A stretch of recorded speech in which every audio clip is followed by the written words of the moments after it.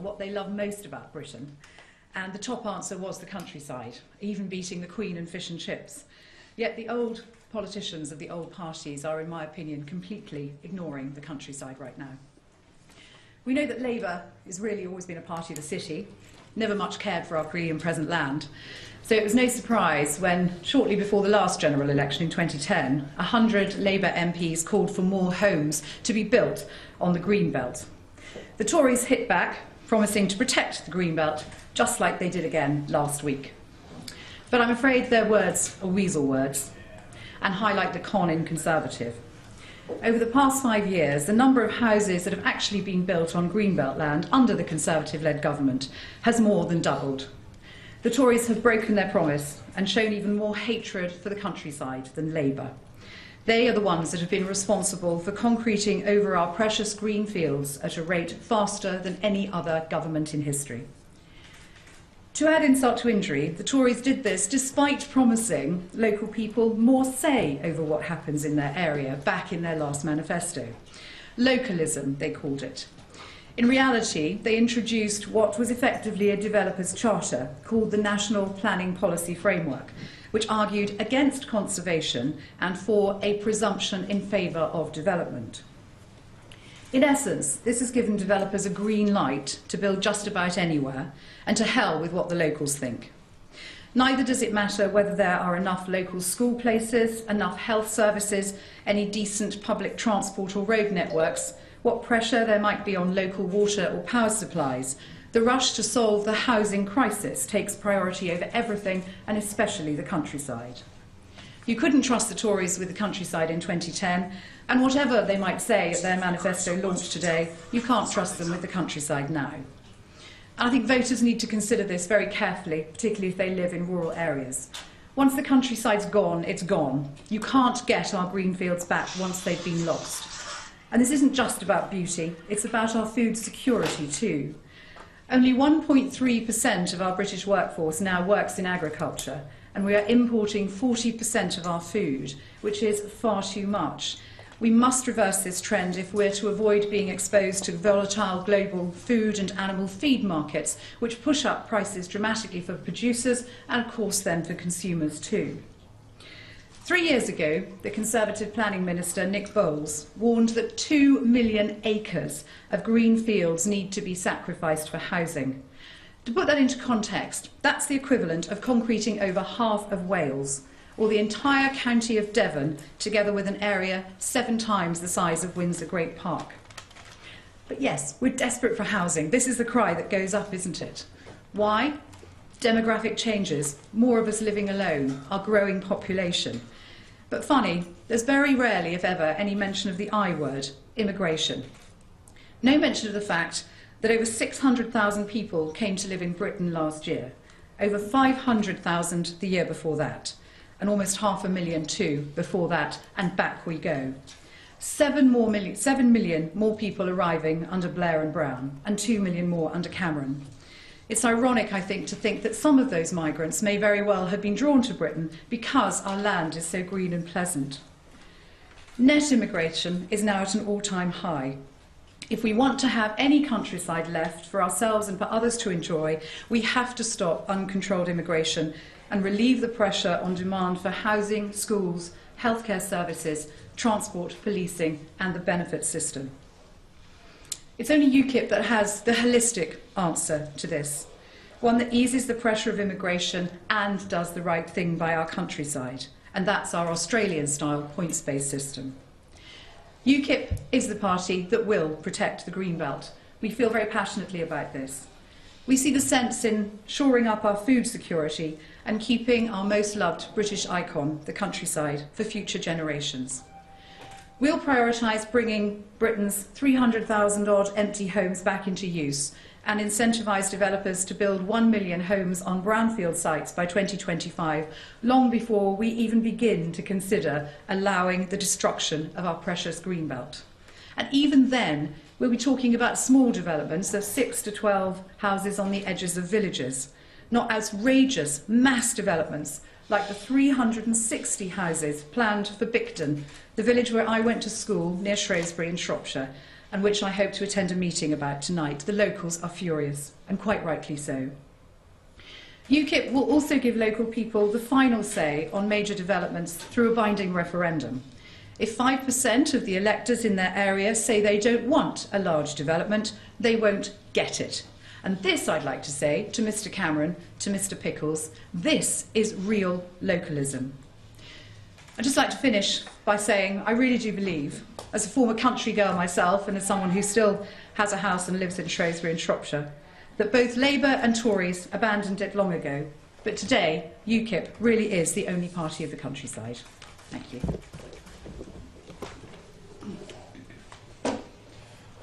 Right, we're open to questions. Suzanne and Patrick, Joe Coburn at the BBC. Do you agree with Nigel Farage when he certainly hinted that in areas where UKIP has no hope of winning the seat, that they should vote Tory? No, he didn't either say or hint that. He simply recognised that in some seats, some voters may indulge in tactical voting. Actually, the seats he has in mind are places like Great Grimsby, Dudley North, Hayward and Middleton, where if you're a previously Tory-inclined voter, you absolutely know that if you vote Tory, you'll be helping Labour get into power, whereas if you vote UKIP, UKIP can win the seat and keep Labour out. But as leader of UKIP and as the leadership team for UKIP, the message is 100%. We support every UKIP candidate. We're maximising the votes for every UKIP candidate in the country, and we're getting back fantastic reports about the reception people are getting, even in some of the seats that weren't our top targets, places like Mid-Norfolk or Northamptonshire South. We're right in the running, right in the mix. But there's an acceptance you need tactical voting in order to shore up your support. No, I think, you know, if you were a Tory-inclined voter, say in Great Grimsby or Dudley North, where, you know, your candidate's just self-combusted, and there is a sort of 25% residual Tory vote, but the polls are showing that it's a knife-edge battle between UKIP and Labour. You've got a decision to make. You know, you're quite entitled to stick to your previous choice, but we think that very many supporters, residual supporters, former supporters of the other so-called main parties prefer UKIP than the direct rival, if you're talking about Labour and the Tories, because their rivalry is so long established.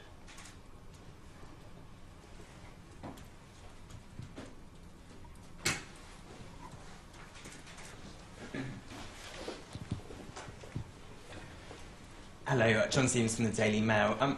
Where's your environment and housing spokesman today, and why is he not giving this speech? And Suzanne, you talk about your house in Shrewsbury. How many houses do you have, and do you think second homes are a problem? I have two and a third homes. I have a flat in London, I have a flat in Shrewsbury, and I have a share in a house that myself and my family bought for my daughter, who's at university. I was deeply concerned about the huge amount of debt that she was racking up as a student. And so I sold my one house in London and bought the others. It's something I feel very passionately about, student debt. My daughter wanted to do a long degree course. The amount of rent she was paying for pretty appalling accommodation, frankly, was shocking. So that's why I sold up and I think did the decent thing by my daughter, and I hope nobody would criticise me for that. And if I can answer your other question, Andrew Sherrilambos, our excellent housing spokesman, I know where he is because I spoke to him this morning. He is in Wisbech in north-east Cambridgeshire, where he's standing, and where UKIP also has the Conservatives on the run, with uncontrolled immigration being an absolutely massive issue in those Fenland towns. So he is campaigning there today. And this wasn't, I should say, a big speech. This is a presentation to raise an issue that we think is very important in the campaign. He's already made his big housing speech, actually. I don't know if you were there, but he's certainly done that. Ben Glaze, Daily Mirror. So just to go back to John's question, do you think second home ownership is an issue then?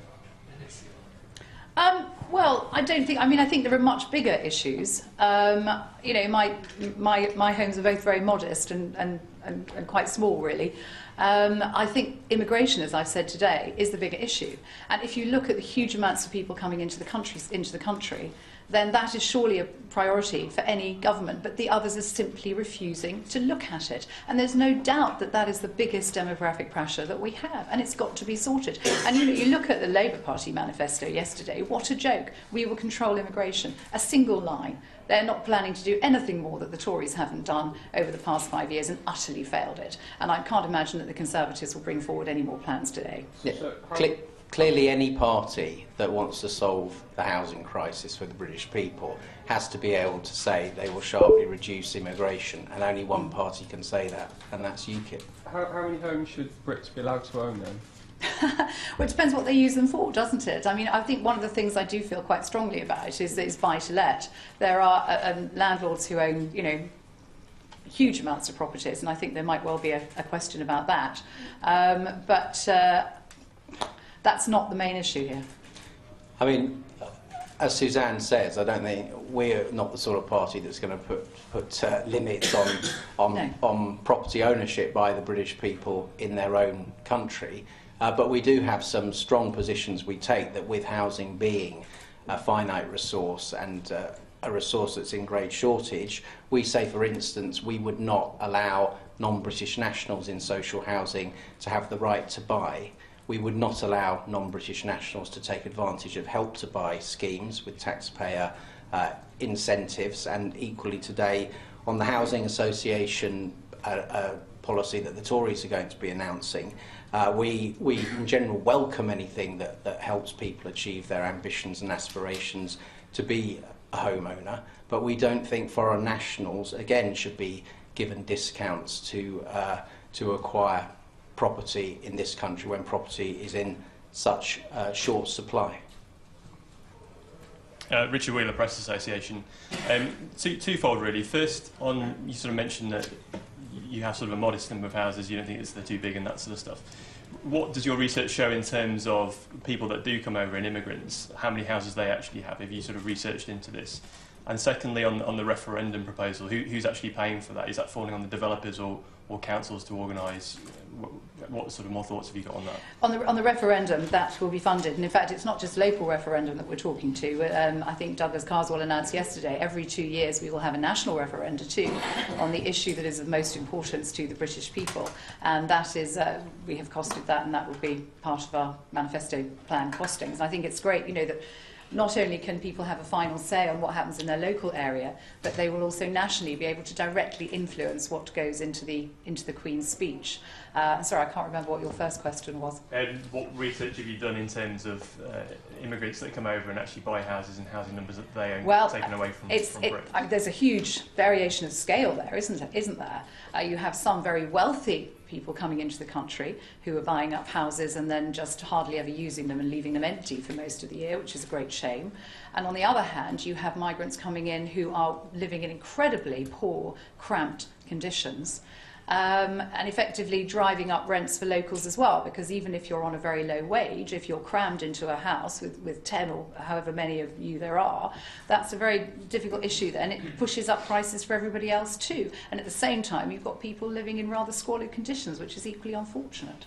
It's a massive problem. There's no simple answer to this, I don't think. I think actually that there was quite a good expose in John's paper at the beginning of the year from Westminster Council about them thinking the right to buy was being abused potentially by foreign nationals who were coming in and being on housing benefit and then suddenly having the money to make a right to buy application. And I think Westminster, obviously a Tory-controlled authority, the Daily Mail did some good work exposing worries there that foreign nationals were exploiting right to buy, which is another reason why we say we would not allow foreign nationals to do that. And obviously, in order to put British people first across these housing policies, you would need to be outside the European Union, because EU law obliges national governments to treat every EU citizen in every respect as they would their own. I think in Westminster alone, 31% of former council houses are now owned by buy-to-let landlords. I think there's an issue there. How does it just on the countryside issue as well? I mean, how does sort of limiting development in certain areas. I mean, what's the transition period we've got here? Because the numbers for people coming into the country aren't suddenly going to stop.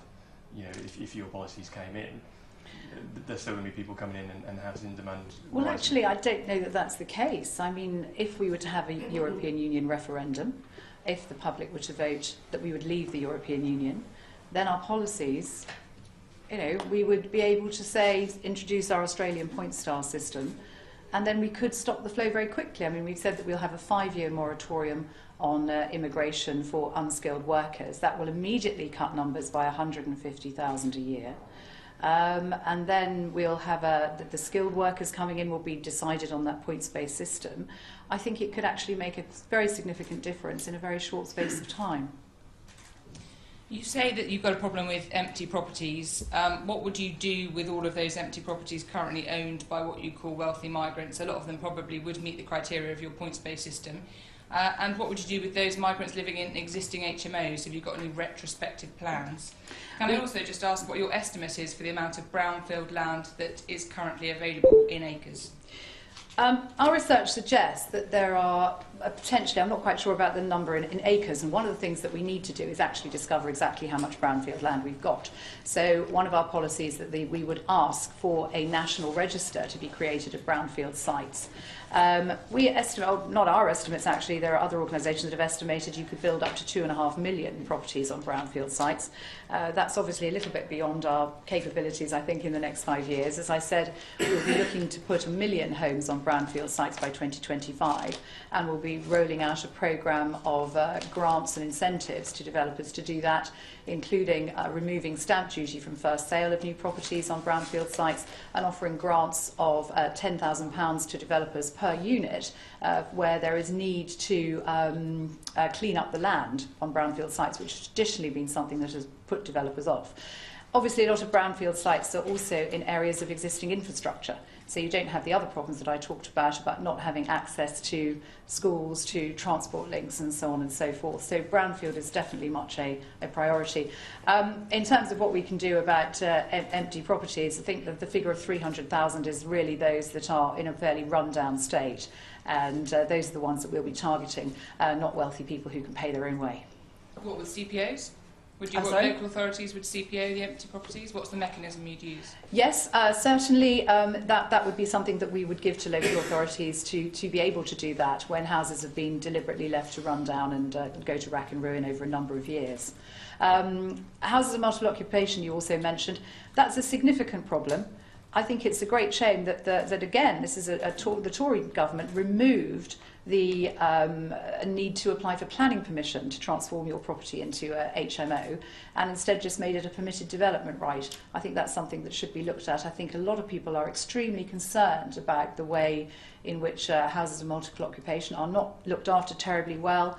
And therefore cause problems in a locality. And I certainly know a lot of my former Conservative councillors were particularly upset that it was their government that actually brought in that rather unfortunate rule change. Right, thank you very much, everybody. Have a good day on the campaign trail. Oh, Joe, you've got one more question? One more question. Come on, Joe. You're in the Andrew Neil. You're in the Andrew Neil ceremonial grumpy chair. So. Thank you for saving it for me. How far do you think the Tory plan to allow housing association tenants to buy their own properties will help in his bid to UKIP voters to come home to the Conservatives? Well, I don't think it will, and the devil will be in the detail of this policy. I believe there's already something called right to acquire for housing association tenants. It'll be interesting to see how significant any proposed extension or facilitating of the ownership route really is in this policy. You know, some people may fear there might be an element of gimmick in it. I think the vast majority of people who intend to vote UKIP, you know, have had it with David Cameron's brand of conservatism, even if they were ever Conservative voters in the past, and an increasingly large proportion of our vote have never been attracted by the Tory message. So I think they see a man they can't really trust. You know, he says things on inheritance tax. He hasn't raised the threshold by a single penny for 5 years, and I think it was the 2013 budget small print revealed that they intend to keep the same rate of inheritance tax, the same threshold all the way to 2018. You know, cast iron promise of a referendum on the Lisbon Treaty, that got dropped as well. cast iron promise to bring net immigration down to the tens of thousands. It's running at nearly 300,000. I think, you know, millions and millions of people have just had it with David Cameron as a man who doesn't keep his promises. Thank you.